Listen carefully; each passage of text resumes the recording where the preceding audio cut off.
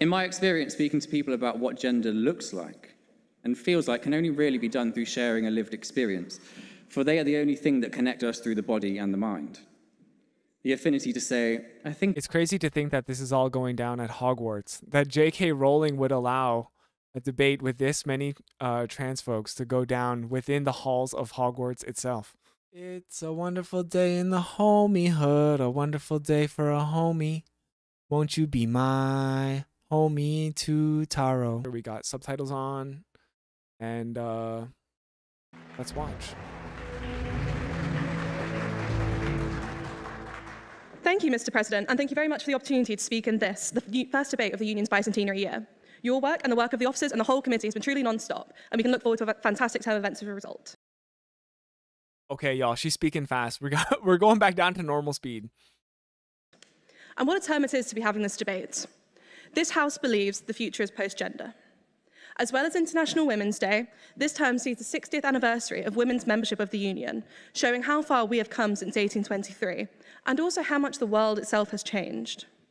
The very fact that I, for one, can even stand here in this chamber, and secondly, have the honour of serving as now the Women's Union and Gender Minorities Officer, would have been unimaginable back in the early 19th or even early 20th century. And yet, women's involvement in democracy and free speech is now widely the global norm. The once unimaginable can, therefore, become the norm, and it can lead to a paradigm shift in how we see the world. Gender is something that fundamentally shapes how we understand the world around us day to day, as well as how we look at history. I have personally spent much of my time at Oxford as a history and politics student, studying the development of gender within historical practice. No, we have not watched this before, but we have watched this channel where they debate things in this house. Yet, it took years of work from gender historians such as Joan Scott and Jean Boydston for the concept of gender to be considered even somewhat relevant to wider historical study, beyond simply the study of women and their lives. This, as well as all of the previous achievements I have listed, shows that change happens over time and may take forms we currently see as impossible. If, therefore, gender equality can be at least partially realised, or moves can be made towards it, why, therefore, can we not suggest that one day society may move beyond gender as a whole? To do so, I will argue tonight, would form the ultimate rejection of women's subordination, patriarchy, discrimination against non-binary individuals, and overall realise the goals of feminist and LGBTQIA+ movements throughout history. Removing the social construction of gender from our lives would bring about the end of discrimination on these grounds and allow individuals more freedom to express themselves completely outside of the binary gender that is imposed on us. As Emma Watson has said, it is time we start defining ourselves by who we are rather than what we are not. We should see gender as a spectrum and move beyond its influence in our lives overall in order to fully achieve equality for all people. It sounds nice. Sounds nice so far to be free of discrimination on the grounds of gender identity. Tonight, I will urge you to vote for this motion. I will do this first by looking at the theory behind such a statement. What basis can we find that the abolition of gender should be the ultimate goal of liberatory movements? Then, I will look to the harmful ways in which gender binary and roles have been enforced and continue to be enforced on the lives of individuals. I will consider the possibility of gender as potentially something liberatory in and of itself, before maintaining that, instead, gender continues to be something that can be used to restrict and oppress individuals. True liberation for women, people of marginalised genders, and indeed for men, will come, therefore, from the abolition of gender altogether to make a freer society. I like how she included men. Of course, a lot of men don't understand that they are still victims of gender identity as well. But first, it falls upon me to introduce the opposition speakers for tonight's debate. First on the opposition, we have Maya Hamilton, Nepo baby, chemistry student at New College and guest liaison officer. Shots fired. I feel wholly unable to give Maya a roast, not fully, given that she's the reason I may get the chance to breathe the same air as Julia Fox, and for that I am eternally in her debt. Although I wasn't quite aware that chemistry students had the time to come and speak at the Union, because everyone I've ever met who studies it assures me that they're all just so much busier than us humanities students. Second, we have Bronwyn Price, Present Sponsorship Officer and a fellow ex-LGBTQIA+ officer from St Hugh's College. I have to say, I'm surprised to see Bronwyn speaking on the opposition tonight, mainly due to the fact that I'm not sure I've ever heard her talk about much aside from the West Country. Did you know she's from Somerset, by the way? These are ad hominem attacks. Thirdly, we have Jamie Windust, an author, broadcaster, and model. They're a contributing editor to the Gay Times and have spoken at TEDx London. No matter the result of the debate, though, it is needless to say that I will be asking them for fashion advice after this. And finally, we have Patricio Manuel speaking forth. Patricio is a professional boxer who has been featured in BuzzFeed and elsewhere for his work for the transgender community, and especially for trans people of colour. Although, if he thinks the opposition will win this debate, he may be punching above his weight. Mr. President, these are your speakers, and they are most welcome.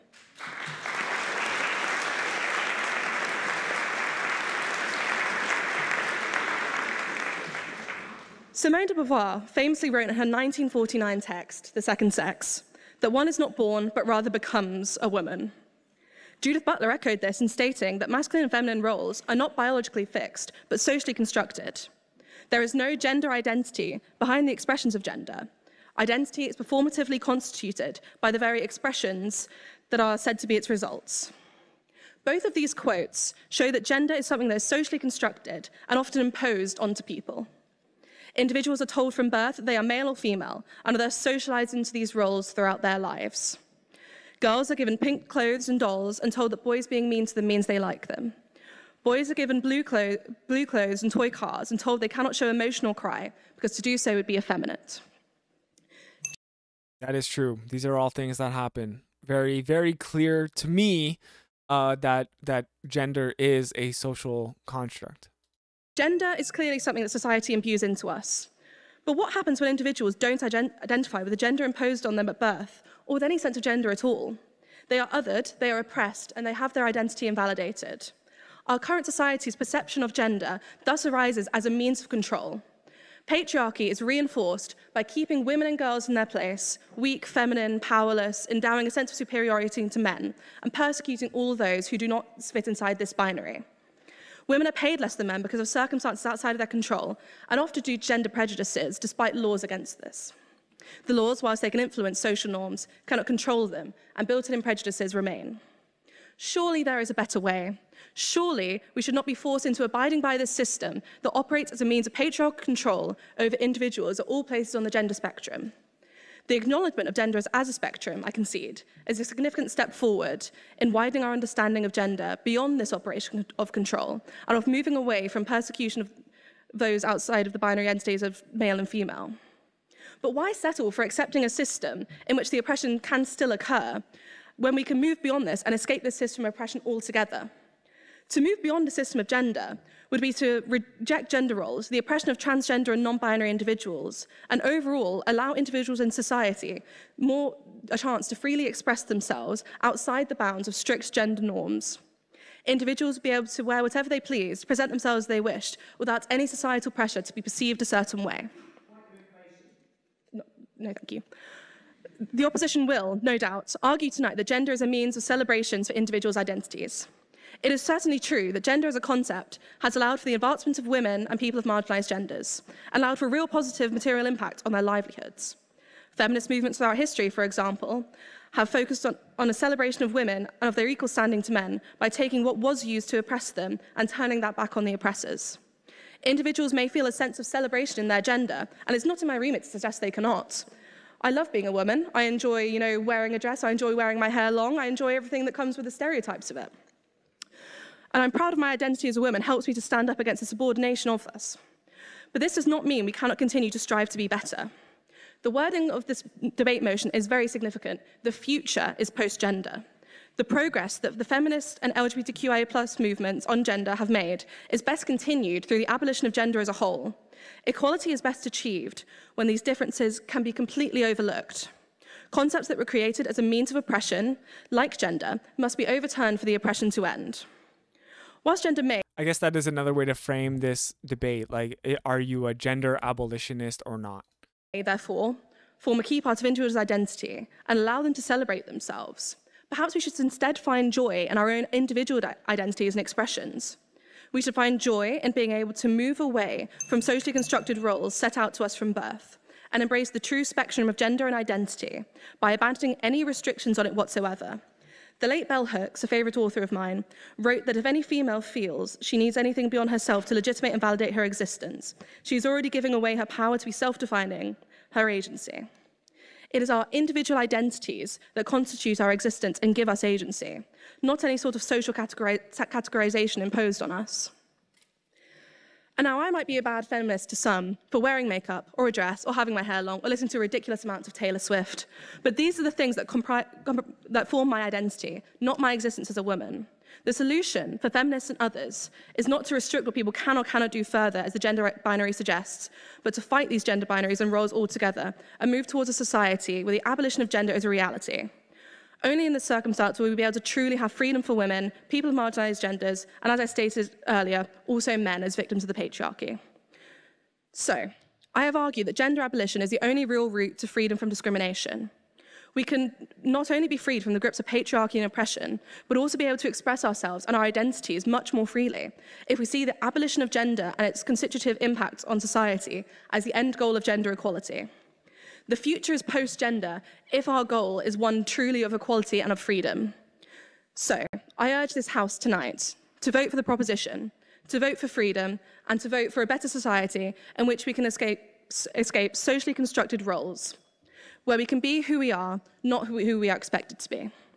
Thank you very much. I feel like that was a good framing because like it says like, well, the future will be post-gender if we choose a path that leads us to equality and freedom, right? So I feel like that's a really good way to frame the argument there.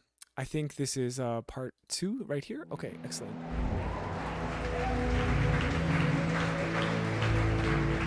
Genuinely curious how they're gonna come back on this. Thank you, Mr. President. I think I can defect any claims of being a Nepo baby, considering the fact you don't even know my job.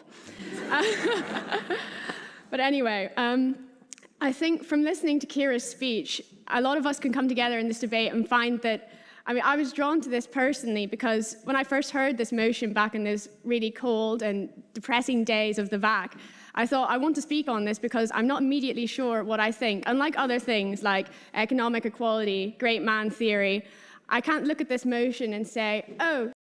Body language is not confident. Compared to the other speaker so far, I will have to agree with you there. Snap, I know what I think about this. And so I had to take some time to really think, why do I believe in gender? Why do I think that there is a future to gender? Also just coming out and saying like, I'm not even sure if this is the right thing to advocate for, but I want to speak on this. Not a strong way to start as well. Again, I'm also a bad feminist. I think it's really funny we didn't compare speeches before this, but I've also shaved my legs tonight and I am wearing makeup. And while I consider these things don't make you a bad feminist, just so you know. Things something I may cut out in the future. This is like saying like I'm a bad feminist because I'm a man. It's like, well, you can still be a feminist and listen to Taylor Swift and be a man and shave your legs and wear makeup. Those are not things that exclude you from feminism. Already I'm like, do you not understand what we're talking about? Future like dairy or fish. I can't really ever see myself cutting out my gender, even if it makes me a bad feminist to have one. I'm not going to stand here and tell you what the definition of a woman is. I think that's a reductionist view of this debate. But what I can tell you is that I know that I am a woman, and I don't think that's going to change anytime soon. The argument for gender abolition is that gender equality is simply a plaster on a bullet wound. It's neoliberal, which is probably the worst insult of all. Thank you. I agree with her there that it is an insult if to be called a neoliberal. You should take grave offense if someone calls you that. That's the best joke in there, so don't get your hopes up. Oi polloi, it's not neoliberal. And that utopian society necessitates the elimination of gender. This would also, according to many abolitionists, see sex-based discrimination. This viewpoint says that gender is inherently a... I actually forget what she was referring to as neoliberal. Was she saying gender constructs are neoliberal? Anyways, because that would be wrong, yeah. Oppressive, it's unsalvageable, and we should express our identities. Because I don't have subtitles on. I don't know if you know that I need subtitles, just like the type of learner that I am. It really helps me pay attention if I have subtitles on. Is gender abolition neoliberal? Or sorry, is Is that what she's saying? Because neither gender abolition or believing in gender would be neoliberal. Anyways, none of the I'm almost positive whatever she said was not referring to neoliberalism. Simply other forms.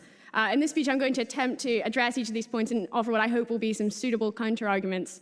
But before I begin, Mr. President, I must introduce to you our speakers on the proposition tonight. Firstly, we have Ms. Kira Rushton. Before this speech, I went around the committee asking members, oh, what do you think I should say about Kira? And her closest friends informed me I should be very happy that she's managed to make a speech tonight after those couple drinks we had, considering last Sunday, after an event I won't name, she became so drunk she forgot her sexuality. What? Where are these interpersonal shots being fired? She got so drunk she forgot her sexuality? I mean, the person over here is laughing, so I feel like they know each other. This is like in good faith. But I don't even know what that means. So congratulations, Kira. You were very coherent. I guess it's a joke, right? Because but isn't she here confusing like gender and sexuality in her joke? Right? Yeah, like if you could get so drunk that you live in a post-gender world, I guess, is that kind of, I think that's the joke she was trying to make, but she said forgot her sexuality. So, I don't know. This is weird, y'all. It's just, for lack of a better, I don't want to come off as sexist personally, but it's getting a little catty. Next is Mr. Rico Jacob Chase, trans activist and star of Channel 4's Make Me Prime Minister. I understand from the show you've already met an Oxford student. After hearing about her antics, I really, really hope we can make up the reputation of Oxford to you tonight, and I promise I'm not going to leave halfway through. It is kind of, how do you feel about British people doing the TH as an F? She's like, leave halfway through. I don't know. It's kind of fun in a way, but also kind of weird and childish to me a bit. I don't know. Next, we have Ms. Aaron Rose Phillip. In 2018, at the age of 17, Ms. Phillip became the first Black transgender and physically disabled model to ever be represented by a major modeling agency. Has since worked for brands such as Marc Jacobs, as well as shooting editorials for British, American, and Vogue Italia.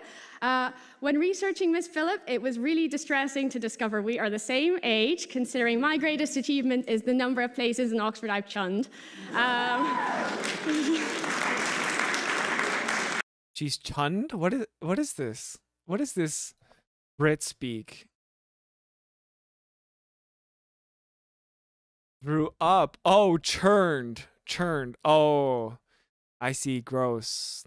What is wrong with these? They're just debating about who's like the worst drinker. They're both horrible at drinking, apparently. I thought British people were supposed to be good at drinking. Next is Hugo. What is your name? This is the problem. I'm so sorry, Hugo. I've never met you in my life.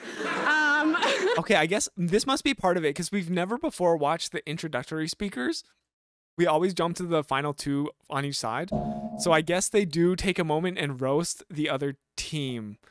This seems to be like more of a tradition thing than like something that is like being done in bad faith. When I wrote my speech, British people are very like self-loathing and they like making fun of themselves and each other. Tonight, I have Hugo, question mark, blank space. I haven't found out any facts in the meantime, apart from you apparently really like watches. I am so happy to be able to hear from you for the first time tonight, and I'm sure it will be a great one. Mr. President, here are your speakers, and they are most welcome. Oh, okay. See, yeah, she's like, this seems to be a very good faith practice where they're like, Mr. President, we're happy to be debating these people. So, respect. Actually, this is a really good thing to have. I think this takes a lot of the toxicity out of the debate. To quote Simone de Beauvoir again, it wouldn't be a feminism speech without one. Man is defined as a human being and woman as a female. Whenever she behaves as a human being, she is said to imitate the male. Usually in practice, efforts to make things gender neutral fail according to this principle. Infamously, back in 2017, Samira Ahmed infamously tweeted about the Barbican Centre in London. Means I can lie here and relax while my strength comes back to me.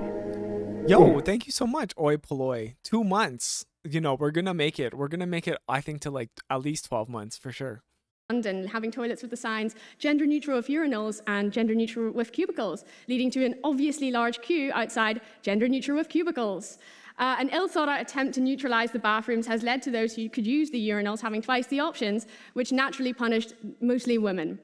Or in my time at the Oxford Period, which is a society campaign for the free and equal distribution of period products across the university, speaking to students led us to realize that there's a systematic issue across colleges of only taking out sanitary bins at the same time as regular bins. This is not only unrealistic during a certain time of the month, but also unhygienic. Treating these bins as neutral has led to natural biases against those who menstruate by the people in power, who most of the time do not. So wait, wait, what? Am I hearing this right? That we need gender as a social construct, so we're making sure that we change the bins at different times because some bins will have period blood in them and some won't? I don't know. Am I picking this up right? And what's more gender neutral than numbers? Yet women are disproportionately affected by data gaps in most aspects of life. In AI, 78% of professionals are men, so it's not surprising that in face recognition algorithm studies, the algorithm detected male faces 99% of the time, and black women 65% of the time. From checking in at an airport to unlocking cash in banks, facial recognition AI is becoming increasingly important, and it's unsurprising that it is the marginalized groups of our society that are increasingly being left behind. And these data gaps have more menacing consequences.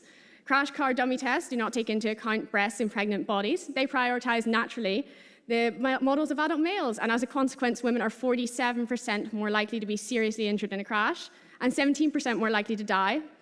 Related to this, almost all CPR training mannequins are flat-chested. Many students never learn how to perform CPR on mannequin torsos with breasts, and as a result, women are 27% less likely to receive CPR. If the future is post-gender, it's certainly very distant. But I hear you say... Wait, all of these things are examples of inequality existing.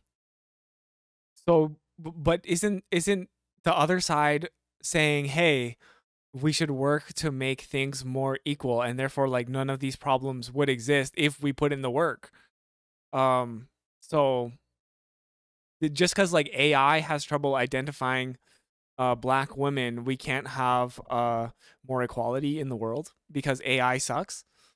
Gender neutrality can help these problems. This isn't a barrier. Yeah, being post-gender doesn't mean forgetting about breasts and periods. Yeah, I mean, yeah, interpreting it in that way is either like bad faith or misunderstanding. I don't know.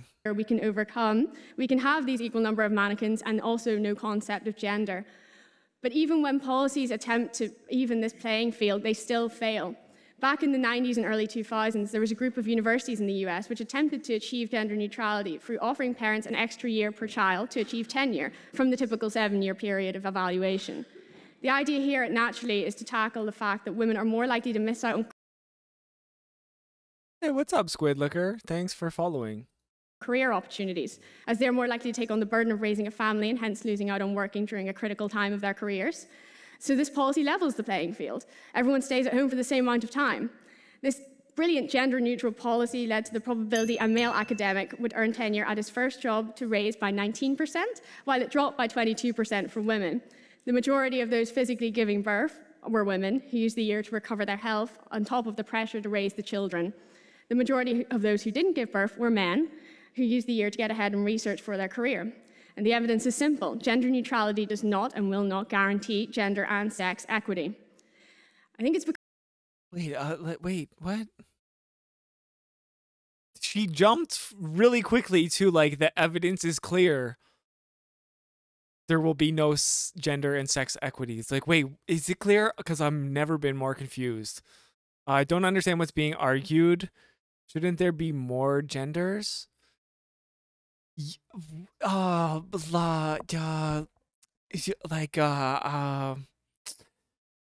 think it's more about just like yes, there will be more genders, but we wouldn't look at people through the lens of gender.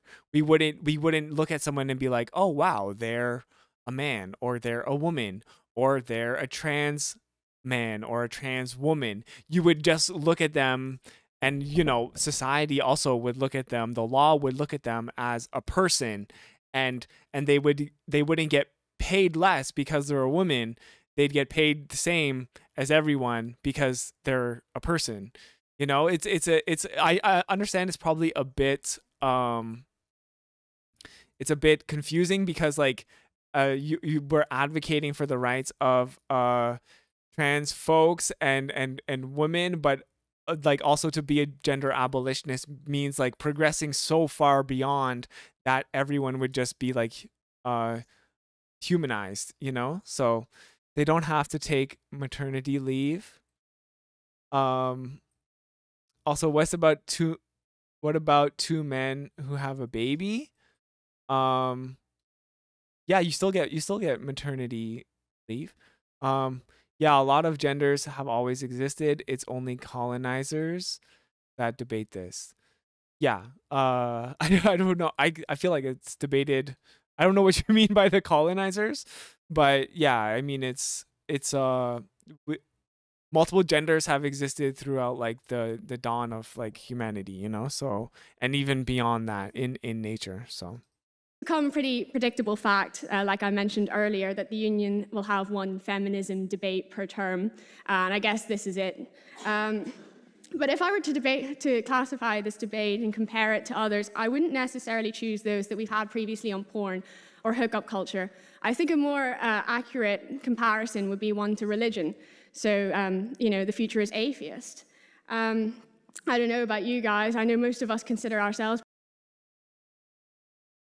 okay, Squid Liquor, we've already had like 2 trolls today, so like I'm just getting the vibes. So thanks for coming, and I hope you have a great day, bro. Sorry, little bro, but we needed to kick you from chat, bro. It was like, it's your excessive use of pronouns, because clearly you have like bro, bruh pronouns that actually we had to kick you out. Sorry. Pretty forward-thinking, leftist, logical scientists rely on facts. And I know all too well the damage that organized religion has done on society. I mean, we were all at debate, last term, 2 terms ago. I'm a terrible Christian if I am one. I steal the plastic bags from Tesco's, and I only go to church for carol services. But I do go, and I get a strange feeling of warmth and solidarity and community, which I'm sure many others relate to. And despite knowing all those internal conflicts of Christian logic, I still cross myself when there's turbulence on a plane. And I'm also usually the only one, which is even more embarrassing. Gender, like religion in this metaphor, the other side will tell you it's not innocent. It's a social construct, like Kira said, and theoretically unnecessary for society to function. But what is culture but a social construct? And what about the value that we extract from culture?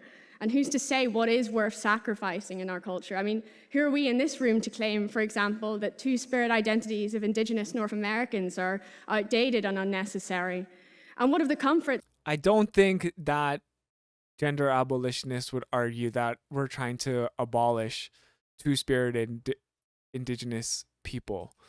So yeah, gender is like religion in so much as that it's a cultural, social construct. Yeah, really I feel like we're getting the gish gallop here, like so many points, kind of like bad ones being made all at once, that it's like it's hard to even pick up which ones we have problems with. Weaponizing progressive ideas against us. Yeah. Yeah, I mean that is a common tactic of, I don't know if this woman is like right leaning, but it seems a bit reactionary maybe. That we receive from our identities. The philosopher Matthew J. Cole wrote in a paper, "We should be wary of the abolitionist position as it imperils trans lives." Cole makes the argument that without gender, there would be no transgender people who find gender euphoria in their identities, and writes, "One of our moral political purposes ought to be to maintain the existence of gender in order to do justice to trans people's gender identifications." He focuses on trans people as a group who find themselves in the most vulnerable people with respect to gender. As a transgender man, he does justice to those with concerns of being ignored or demonized. All right, there's the bell. So I think her time is up. Wonder if people made these arguments about the abolition of slavery. What do you mean exactly? Abolition of slavery would be unfair to low-paid laborers because there would be more people in the labor force. Yeah, it seems like a bit regressive to be like trans people would no longer be able to experience gender euphoria if we were to abolish gender altogether. I mean, like, well, they would also not have to experience gender dysphoria, which is like, I think, more of a thing than gender euphoria. I think you only experience gender euphoria once you've like successfully transitioned and now your interactions that you're having with people are gender affirming. And since you've been without that feeling for so long, you feel that euphoria, right? So if you're never put at odds with the world where everyone is always misgendering you and misunderstanding who you are, you would never need to experience that euphoric feeling that comes as like as a relief as well. I bring up these points because my intention for this speech is not to wholly frame gender as some impenetrable prison that even if we wanted, we could never escape, our ingrained biases unfailingly trapping us. I want us to view gender as a concept which can be both freeing and comforting. It's a distinctly human experience to wish to distinguish and define ourselves, whether that be star signs or MBTIs or gender. I mean, I'm a Capricorn, ENFJ, and Charlotte from Sex and the City, and I'm a woman at the end of the day. Don't know everything she said there. Culture, tradition, and their subversions, not to be cringe, but to quote the Dead Poets Society, is this not what we stay alive for? Gender is at its best when fluid and individual. Yeah, I don't know, like, making the equivalence between gender and, like, what's your star sign? It's kind of like, okay, how trivial is your gender then if, like, you're equating it with, like, magic constellation stuff? Choice. It's not necessary for all, not at all. And it does not have to be binary, but isn't that where the beauty really lies? Not to offend any trans people in chat who believe in horoscopes, so. Tonight, I ask you to go forward and vote with your feet for the future of this choice. Okay, then everybody claps. All right, I don't know. Not a huge fan of the arguments being presented here. But maybe we will get saved. Okay, so we have more speakers. I guess, you know, we don't have time. We only have 10 minutes before stream is supposed to end, so we're gonna go late. I do want to watch this one in particular. And I want to include some black voices in this as well. So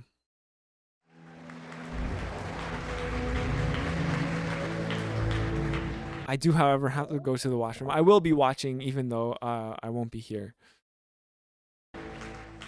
Hi everyone, my name is Aaron Rose Phillip. I'm 21 years old. I'm from the Bronx, New York. And I just want to say, I feel so blessed to be here with you all. You all are so charismatic. You all are so charismatic, bright, and intelligent. And I feel very blessed to share the same space with you tonight. So thank you for allowing me to speak. As a black trans woman of current and furthermore experience, and as a former non-binary person of gender experience as a teenager, I believe that a post-gender world would ideally be beneficial to human life. Gender-based violence, such as transphobia, misogyny, and even misandry, exists based upon cultural depictions, societal perceptions, complexes, behaviors, and concepts all related to gender and the gender binary at large. There are other things that enforce the general and critical perceptions of gender, such as cultural identity, religion, ethnicity, and sexuality. To not have a gender be a factor of societal existence would optimally mean the eradication of the need for gender-based violence and bias overall. If a world were to exist in which humans lived amongst each other and recognized each other without specifically identifying one another on the notion of what they look like aesthetically or of even, genitalia that one was assigned with at birth.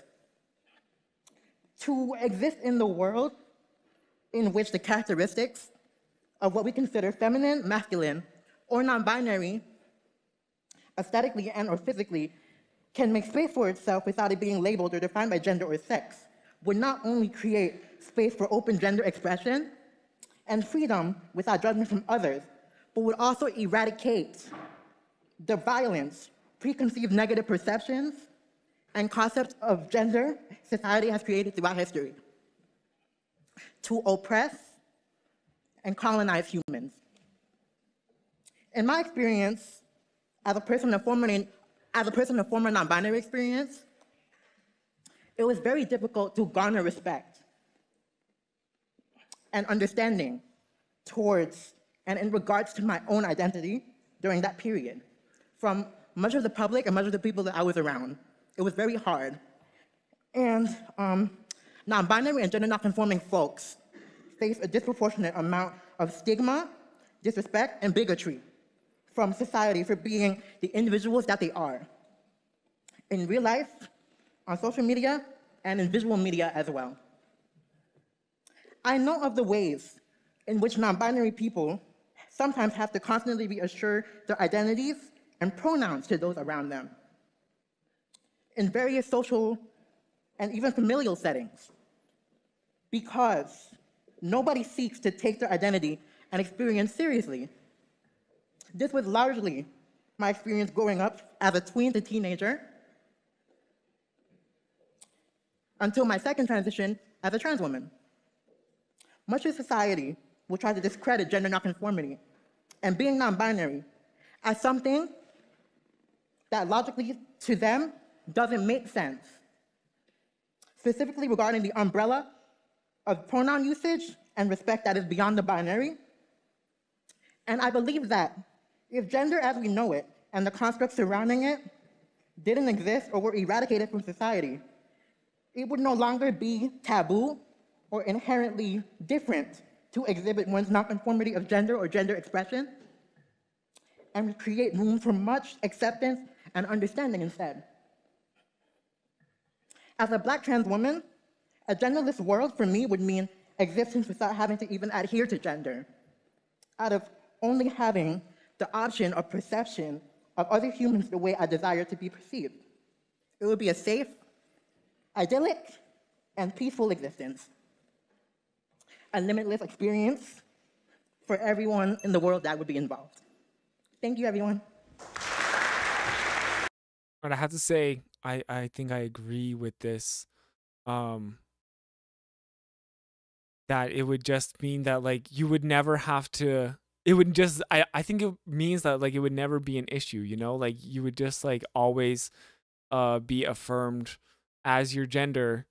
And that it like because you would never have to like fight over anyone about like what your pronouns are, and it would just be so commonplace to respect people as people and for the genders that they are, that it would just be like post gender. I don't know, it's a bit confusing. I wish I could put this into a better framing. Okay, where are we? Okay, so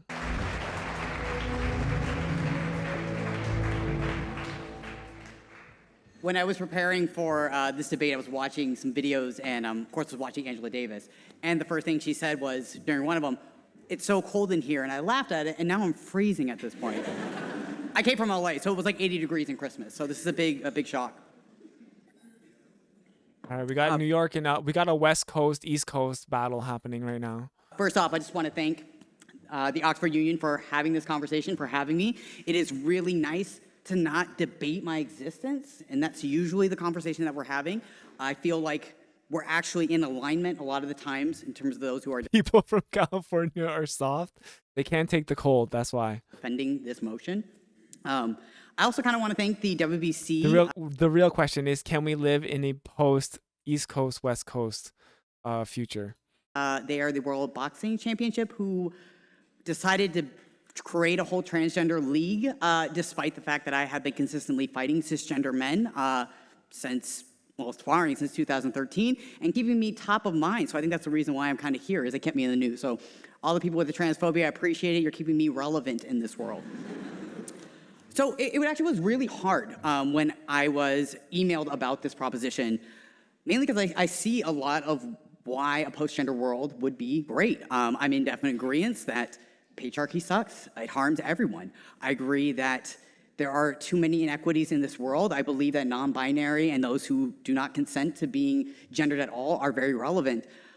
But then I remembered how much I love my gender, and that brought me right back over to this side.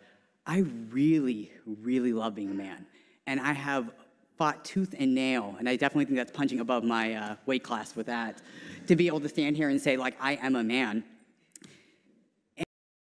I don't know. Okay, let me just first say, like, I appreciate that they're bringing in, like, some American folks and some trans folks, some black folks. I appreciate that. I don't know if you wouldn't have to stop, unless I'm wrong, you wouldn't have to stop being a man in a post-gender world, right?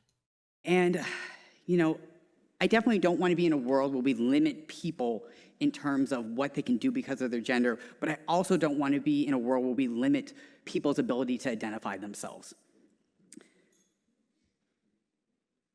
You know, it's interesting. I'm just thinking about the fact that there are probably people in this room right now who are actually arguing with the fact that I stated the fact that I'm a man, and that's the inherent problem that we're trying to tackle here, is who gets to define a person other than themselves. Okay, so he's saying, like, there's probably, like, transphobic people in the room who don't consider him a man. You know, I believe that what we need to really abolish are these narrow gender binaries. For many of us, gender is an inherent aspect of our self-identity. It doesn't have to be contradictory to a liberated world. And actually, I feel it is in service to building one. I think stories such as my own are examples of what are possible when we embrace our gender on our own terms and don't succumb to society's preconceived notions. It's actually funny, the last time I was in England I was in London in 2009, and I was actually representing Team USA against Great Britain. At the time, I was fighting Natasha Jonas. We split our fights 1-1, very close fights. I really wish I could have gotten that third fight to settle the score with her. She went on to become a representative for Britain in the 2012 first ever women's Olympic boxing trials, and I ended up going on to become a man. Obviously, we went to slightly different paths, but we're still in this sport together. And, you know, it was, I mean, honestly, losing the Olympic bid was one of the most painful things I've had happen in my life. And unless you're involved in sports, you probably don't know how painful that is. But it truly is like grieving a death because you're grieving a dream. But it was during this time when I gave up that dream that I remembered a dream that I had very early on. And actually, I don't think a dream is really an accurate term, but rather a knowing I had ever since I was a young child. And I have this very distinct memory when I was a kid. I was probably about 8. I was sitting on the toilet, very, very vivid memory of that. I had gotten a wristwatch, a wallet that had a chain on it, because it was the 90s. I'm, 37. And I had learned to tie my shoes. So I had the bunny loop style, because I'm not really that good at tying my shoes now. And I distinctly remember saying, like, today I am a man, distinctly. And I want everyone to challenge here, think about like the moments you remembered your own gender identity, because I think sometimes cisgender people take it for granted that there was a moment in your life where you thought, this is who I am, particularly in relation to gender. I didn't grow up. Yeah, I don't think it's about outlining individual identity either. And I mean, what he is describing here, right, is kind of goes back to that other thing about gender euphoria, that like he finally had this gender affirming moment and felt truly themselves. But in a post-gender future, you would have that from birth. Like you could have breasts in it throughout puberty, but still be affirmed as the gender you identify, because all of those social constructs around gender would have been already torn down. So I'm not sure. With much trans representation. I said I'm 37. I'm very jealous of younger people getting to see trans people, getting to have the language actually given to them very early on to name themselves. But despite all that, I had a knowing that I was going to be a man, despite no one telling me that that was even possible. Every time I imagined a future, it was just me as a man. And it actually took life slowly chipping it away out of me that made me settle on different roles and try on different genders, but really for myself to be very clear of like, no, the gender that I am now, the one that is standing here before as a man, has always been who I am. And I think all children, whether they're considered gender nonconforming or not, start developing an awareness of gender identity at a very young age, they say around 3 years old. And we don't fully understand the hows and whys.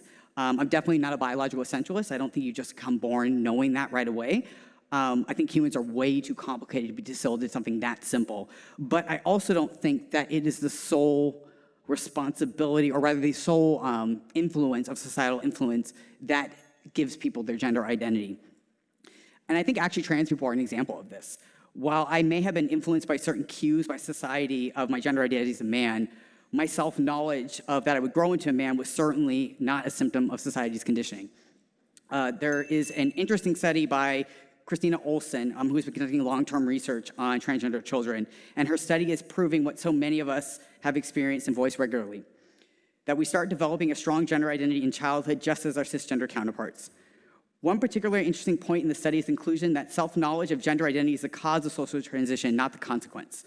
They administered tests of gender identity to gender nonconforming children in her study and 2 more additional groups, including one of transgender children and one group of children who identify with the sex they were assigned at birth. None of these groups differed in the average strength of identities, meaning trans boys who were seen as girls identified as boys as strongly as trans boys who transitioned, and the cis boys who always lived as boys. When I find this emerging science fascinating, I'm also not comfortable with relying on these studies solely.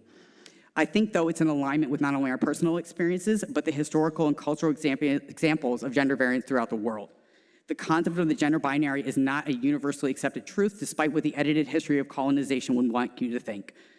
We know that many cultures across the globe had not only a wider understanding of gender variance in its people, but had specific names and roles for these members of society. It's sad to see so many of these cultures that held people who existed outside the dominant gender binary in respect are now criminalized. When calling for gender abolition, is it also a call to abolish these legacies and histories as well? I don't think so. But how do you abolish history? That's kind of weird. Like you could look back in history and be like, those are from the before times, before gender was abolished. You know, like you wouldn't just like suddenly have to like re-look everything that ever happened through like the collection of historical events as history. Also, I was thinking like how much, like, let's say, you know, there is someone hate watching this stream, like this debate, having like feminists debate feminists and trans folks debate trans folks about like the existence of gender. Honestly, I think this debate would like break a conservative's brain. Like, like what side would they end up on here? The concept of gender abolition, to me, is throwing the baby out with the bathwater. Gender isn't inherently problematic. It's the narrow definitions surrounding it that are the problem. I don't think people are saying that gender is inherently problematic, but like the systems that we create based on gender are very problematic. You know, like the problem is not necessarily gender, but the constructs of gender and like the misuse of how we characterize people by their gender. There doesn't have to be an ultimatum. Not only in the sense that biological sex is a matter of 2 options, which has already been disproven if anyone wants to argue that, but that it is flawed, reductive, false belief that extends to gender and identity, expression, and roles. Instead of the belief this is what men do, what if we think this is the kind of man that I am? I believe that Right, but wouldn't that be kind of like an abolition of gender? Instead of saying, hey, this man is like engaging in masculine activity such as boxing, you would be like, oh, this person likes boxing, right? Like you wouldn't frame anything through that lens anymore. every time we show up as our full selves, not the one that has been censored by societal norms, but the version of ourself that grants us gender euphoria. And I am the belief that this is something that all people experience. This is not a trans exclusive experience. That's true. I don't think there would be a saying, hey, no euphoria allowed.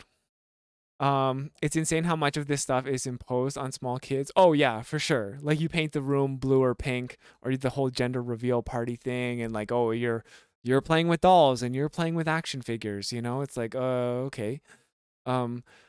Abolition of gender doesn't mean you can't be a man or do manly things. You can just do what you want, and people won't consider it manly or not. Right? Exactly. And I think, I guess the problem is, I mean, we are gonna listen to some more people, the final arguments, so maybe we'll get some light shed on this. Like I don't think what is kind of, they're building a bit of a straw man about what gender abolition actually is, which unfortunately is a real thing as well. And the gender abolitionist movement has been somewhat co-opted by TERFs and whatnot. So gender roles, people don't even realize how much it's normalized. Right. Well, yeah, because if you're cis, you don't really have to think about it, right? It's like how white people don't really understand the racial things, because you are the hegemonic, you are the norm. So you're not forced to think critically about it. I mean, this may sound corny, but I really feel when a person is happier with themselves, it leads to more empathy and space for others in a better world. I know that this has been the case for myself. When we see gender as a block in our self-expression rather than a cage that dictates who we are and what we can do, it helps push us all to be free. This is the future we should be striving for. Tonight, Wait, what? It helps push us all to be free. When we see gender as a block in our self-expression rather than a cage that dictates As a block rather than a cage? who we are and what we can do, it helps push us all to be free. I don't know. This is really confusing. I feel like he's advocating for like gender abolitionism in this. This is the future we should be striving for. It's like, imagine a world where we're free of gender. This is what we should be striving for. But also, I believe in gender. But I also, let's not abolish gender. Tonight, I urge you to vote against this proposition, and instead of a future that is post-gender, we work towards a world that sees gender as nothing more than what it is, simply words to describe a part of ourselves, and abolish harmful norms that are preventing us from an equitable future. Thank you. Oh no, confusing. I feel like there's just some confusion over what gender abolition is. Unfortunately, you know, I don't feel like I'm super in the know myself, so I can't actually put this into better terms. I feel like we're, just so you know, if you're still watching, I feel like, you know, maybe this is something we can learn about later, but we might be getting confused by this. But anyways, we have 2 more speakers. Applause, isn't it? Hello, everyone, and thank you so much for that wonderful applause as an introduction. So, before I begin, I was going to do a very long and drawn-out rebuttal to the opposition, but they were all really wonderful speeches. I feel that would just be unfair. However, there's one person I really want to address in this room, and that is Maya, question mark, question mark, question mark. So, for those of you who don't know me, yes, I am a huge watch fanatic, I must admit, but I became even more of one as her speech droned on and I studied it more and more. Now, Wait, a huge what? Watch fanatic? But it was a wonderful speech, so thank you to the GLO. So before I begin this speech, I just wanted to take a moment to thank the President, not just for hosting this fascinating debate and for giving me the immense privilege of speaking in it, and I also want to thank the remarkable people who have traveled to the Union to speak here tonight, and whom it has been an absolute pleasure and a privilege to hear from. One thing that, if you want to know something about me, I've been thinking about this moment since I was about 8 years old, so it really is an honor. So as the penultimate speaker of this debate, I feel I ought to remind everyone why your vote here matters. Though when I first heard the motion, I imagined, perhaps as many of you did, that this is really a topic that's only pertinent to the armchair academic, your classic Oxford professor. But the future does not appear out of nowhere. It is informed by the past and dictated by present action. Eleonora Massini perhaps said it best, that visions make it possible to create a future that is different from the present, although its seeds are found in the present. The motion is this House believes that the future is post-gender, and I urge you to consider the phrasing carefully. Tonight we are considering the future, so side proposition wins your vote as you walk through those doors. If you can envision a future where, as a society, we have transcended the clumsy contemporary ideas of gender, not tomorrow, not next year, not in a generation, but in the future, after decades of cultural and societal evolution. Before I prove, alongside the fine arguments from the speakers to my left, that the future is post-gender, it is important to say that debating gender, sexuality, and identity is not and has never been an excuse for regressive and repulsive transphobia. Thank you. When arguing that the future is post-gender, we do not make crude arguments for biological essentialism. Rather, we see a future where people are freed from the contemporary Western ideas of gender and instead seek a future where people are free to self-actualize and live their best lives with their most fulfilled identities. So the first point I'd like to touch on is the fact that all the great advances of human history. So true, at Xmas, your bro-in-law made a point of his newlywed son doing the groceries. Like, wow, like, because that was straying from the gender norm? Have been defined by their ability to improve our lives through overcoming That's so sad. That's honestly so sad. biological restrictions. Each invention has determined a new choice for me to define who I am, how I live, and what makes up and constitutes my reality. While biologically I cannot run 60 miles per hour, modern cars certainly can. While I cannot soar hundreds of miles above the air, planes can do so instead. While I cannot talk to girls in real life, Tinder does it for me.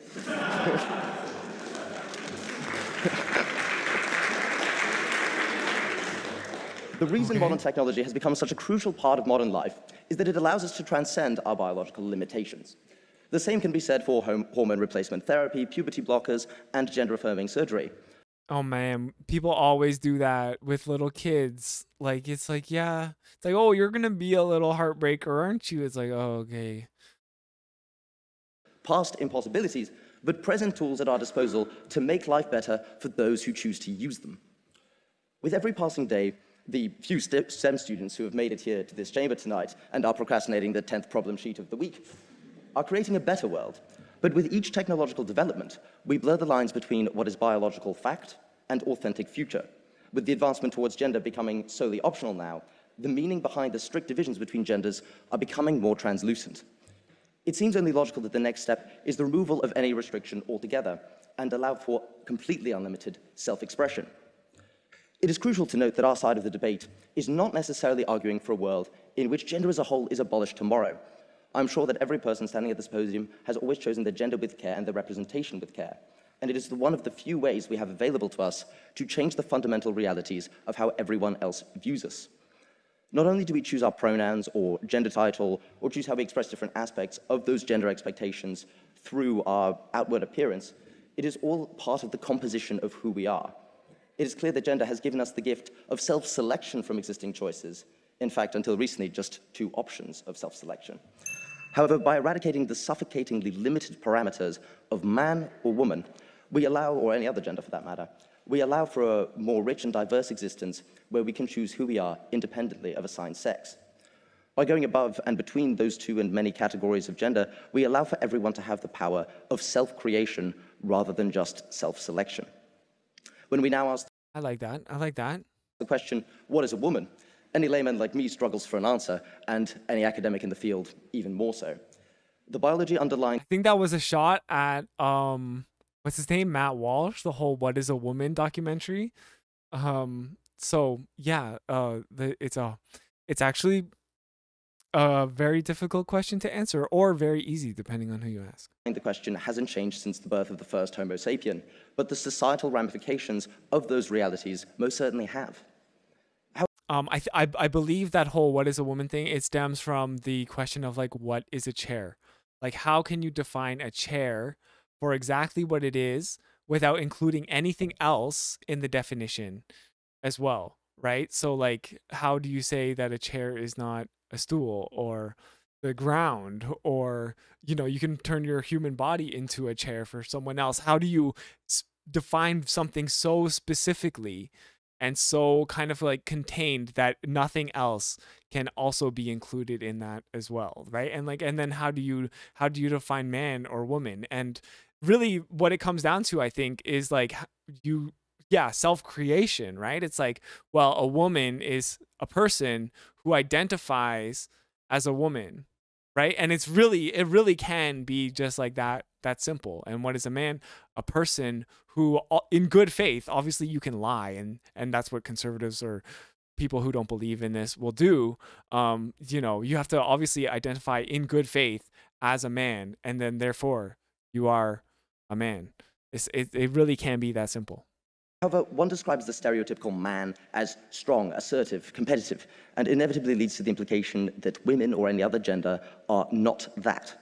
After all, definitions are intended to distinguish something from something else, to identify it. And feminists would rightly respond, are women also not strong, assertive, and competitive? Can women not be everything a man can be? And what about men who are not strong, assertive, and competitive? And the inverse phenomenon would happen if an attempt was made to describe women. Hence, we ask the noxious idea that we can associate a positive set of behavioral characteristics with a physical sex is intrinsically flawed. The very definitions of gender have very little and ever less logical founding. The power of expectations would still very much remain in a genderless world, but these would be the expectations we set on ourselves rather than a glass ceiling keeping us in line. Whether you identify as socially right or left in political terms, it seems that every notch on the political spectrum has realized the total futility of using gendered language. We are beginning to see the lack of utility in many of the stratifications gender is used for. For instance, in many Romance languages, the addition of gender to material objects seems to serve no material purpose. Whilst the term la table might appear ordinary to the average Francophile, and I cannot speak for anyone in this chamber, but I've never personally witnessed a table so completely voluptuous and archetypally beautiful that I just had to refer to it as la table. That's true. However, this is what French suggests that we think in baguette country. Baguette country. It is, I guess as a British person, you are allowed to make fun of the French. And as a Canadian as well, we just have a different type of French person that we are allowed to make fun of. But yeah, I mean, gendered language is really weird. Luckily, English isn't super gendered language, but even with like pronouns, it's such a freaking conflict that we have to actually like fight for people to be identified as their real pronouns. However, the French Academy has itself recognized the changing times and has now adopted the gender-neutral pronoun to accommodate these realities with the term iel. When the most fundamental building blocks of reality are being adapted in this way, the possibility of a post-gender future seems like less of a possibility and more of a certainty. I see what you mean, Purple Mavis. Yeah, Tom Girl would make more sense. Tomboy is like saying like boy. And Tom Girl would be more like saying boyish girl, right? Yeah, you're totally right. Perhaps in a post-gender future, the terms masculine and feminine will melt away into a relic of ancient dialogue, or perhaps they will maintain their use as adjectives. But what is almost certain is that they will cease to have the same connotations they have now, just as their meanings have evolved since they were born almost a millennium ago. Indeed, whenever we refer to these two genders... Time's up. I think the way the time works is that you can give time to like other people on your team. So you can go over time. This is just a guess. I don't really know, but as long as your team doesn't go over time, then you're okay. We typically speak of the gender divide, the pay gap. These are forms of language which seek to divide us all. It is separations between individuals. It serves no other function than to categorize and then, by definition, divide us. Especially for the fact that the word vagina in French is in the masculine, which frankly has divided me since I read it in a GCSE textbook. What? The word vagina in French is in masculine? That's so stupid.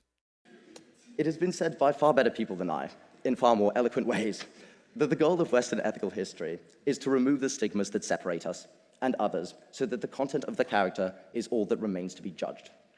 On our side of the house, we propose exactly that reality. And if you're so inclined, I urge you to vote side proposition. Thank you.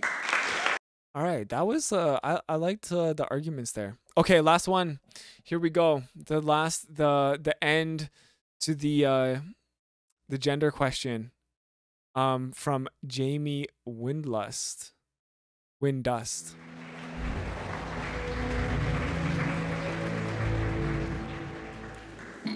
Thank you, Mr. President. Now, I've learned throughout my, 6 years working with the media and discussing gender representation and diversity that saying what you think people want you to hear isn't going to make them respect you, or you're not going to win an argument. It's not going to allow people to see who you really are, and in fact, it will do quite the opposite. Windhurst. That means it's spelled wrong. It's spelled differently in the title of the video and then on screen here. Opposite. When I sat down to write this argument, knowing that I was going to be speaking here, specifically at the Oxford Union, I felt that feeling rise again. That slight feeling that I should maybe speak or look or act in a certain way that was going to win your favor, to think that you'd already decided on your argument before seeing me speak. I thought this is no place for anecdotes or wry humor, but clearly I was wrong. But in my experience, speaking to people about what gender looks like and feels like can only really be done through sharing a lived experience, for they are the only thing that connect us through the body and the mind. The affinity to say, I think... It's crazy to think that this is all going down at Hogwarts, that J.K. Rowling would allow a debate with this many trans folks to go down within the halls of Hogwarts itself. I felt that too, despite our vast differences. Now, I don't want to focus too heavily on differences. Yes, there is a glaring one right now, but it's not my fault that the proposition didn't decide to dress better than the opposition, or just me, in fact, although I am quite jealous of the previous speaker's tie. Thank you.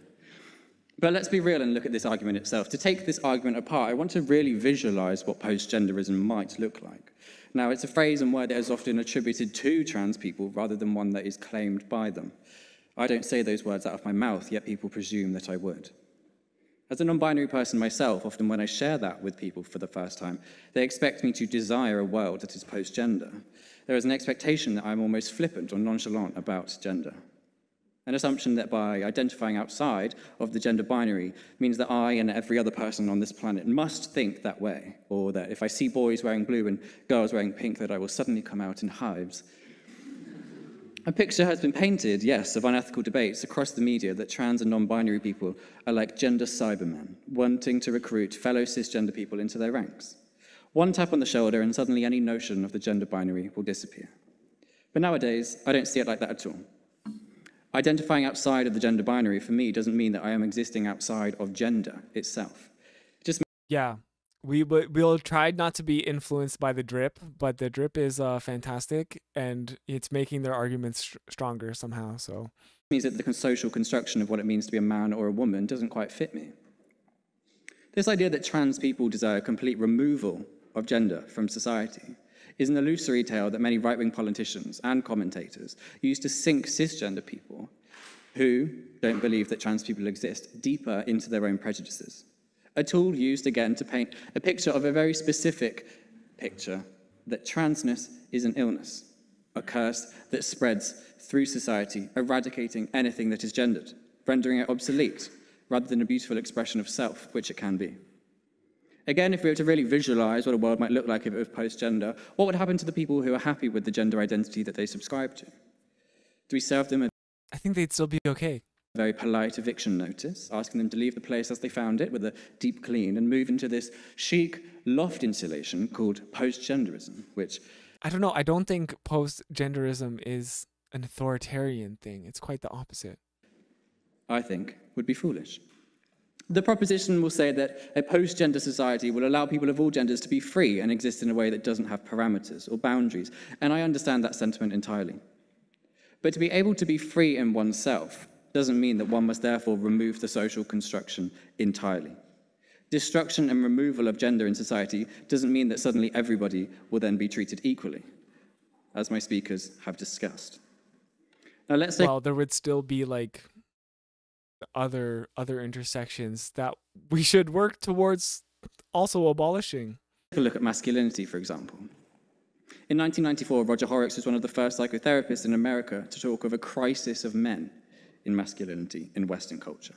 This later became commonly discussed as the crisis in masculinity, where he described that the simple paradox that men feel are that they are broken by their own privileged position of power, which advocates domination, a rejection of the feminine and homosexual, and the denial of all vulnerabilities and weaknesses. Now, fast forward 29 years, and we're here in the present day, and conversations around masculinity in the Western world specifically are vast and arguably saturated. But one thing that these conversations have in common is that they all include men in them. What is important to note is that they're not voyeuristic. Men who identify as men, wanting to reconstruct their own ideas of what it means to be a man, have not had to have their gender identity destroyed to then be able to reconstruct that notion. Working from within, the role of gender in this situation is important because it allows people who identify as men to shape and curate their own way of being so. Throughout all of this, gender has remained intact, but its walls have moved, allowing a freedom and fluidity that the proposition would argue couldn't exist without gender's walls having to be teared down. In my own personal experience of understanding my own gender identity, I remember the unfiltered joy of beginning to find out who I was. And that wasn't through watching Tintin and thinking, what could I do slightly differently here? To find out That's funny. what my expression of self could look like if I allowed those parameters of gender to just slightly widen, to see that there was space for the gender that I subscribe to, despite not knowing the language yet. If you speak to most trans people, the solitary moments of gender euphoria are often the best moments of their lives. Now, yes, mine was filled with fear at first, of course, hiding my femininity and secretly purchasing clothes and makeup under my duvet, seeing how it would make me feel, waiting for that affirming moment. Now, the proposition would say, well, Jamie, if we lived in a post-gender world, you wouldn't need to be scared. But what they failed to realize is that I wasn't scared, not completely. I was tentative, yes, but I was excited. I was cautiously exploring what gender itself looked like outside of male and female. I wasn't saying goodbye to it, or I wasn't wanting to get rid of it. I was merely hiding a version and finding a version of it that was Jamie-sized. I was beginning to give myself permission to widen the parameters of what gender could look like. And arguably, without One thing is, I think like I support what they're talking about, but I feel like if you were to repeat this over and over again in a way that was fully accepting the process, you would potentially arrive at a post-gender future. without the gender binary, I would never have been able to understand that I was personally non-binary. If it weren't for the seemingly concrete definitions of male and female, I may never have been able to spout up through the concrete outside of the two. We can use traditional depictions of gender as a springboard to explore its many facets, allowing everybody to then curate their own unique depiction of what it means to be the gender they identify with. Just because you identify as a woman, for example, doesn't mean that you need to be feminine or exist in a submissive role within society. The rest is for you to decide how that feels, how that looks, and what it means to you to be a woman. And equally, just because you identify as a man doesn't mean that, I don't know, you have bad taste in fashion, or think Comedy Central is a channel that is still worth watching, or don't wipe your ass. need to buy your partner silver charms from Pandora every single Christmas. What I am saying, though, is no matter what gender you identify with, the only person that has the ability to push those parameters just a little wider is you.